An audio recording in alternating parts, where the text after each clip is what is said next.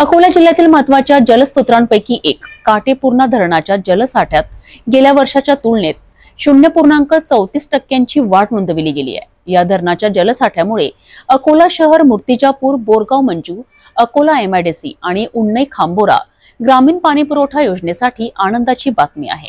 अकोला जिल्ह्यातील सर्वात मोठं आणि 10 दरवाजांचं धरण म्हणजे काटेपूर्णा धरण सध्या 0.34% अधिक जलसाठा दाखवत आहे। 2023 मध्ये कमी पाऊस झाल्यामुळे या धरणाचा जलसाठा 81.32% होता। मात्र 2024 मध्ये झालेल्या भरपूर पावसामुळे धरण ऑगस्ट महिन्यात 100% भरलं होतं आणि त्यानंतर अतिरिक्त पाणी नदीपात्रात विसर्जित करण्यात आलं। काटेपूर्णा धरण हे अकोला शहरासह मूर्तिजापूर, बोरगाव मंजू, अकोला एमआयडीसी आणि उन्नई खांबोरा ग्रामीण पाणी पुरवठा योजनेसाठी महत्त्वाचं जलस्रोत आहे।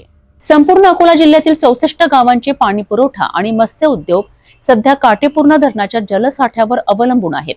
2024 मध्ये झालेल्या भरपूर पावसामुळे या धरणाची स्थिती सुधारलेली आहे आणि आगामी काळात पाणी पुरवठा सुरळीत राहण्याची आशा व्यक्त केली जात आहे।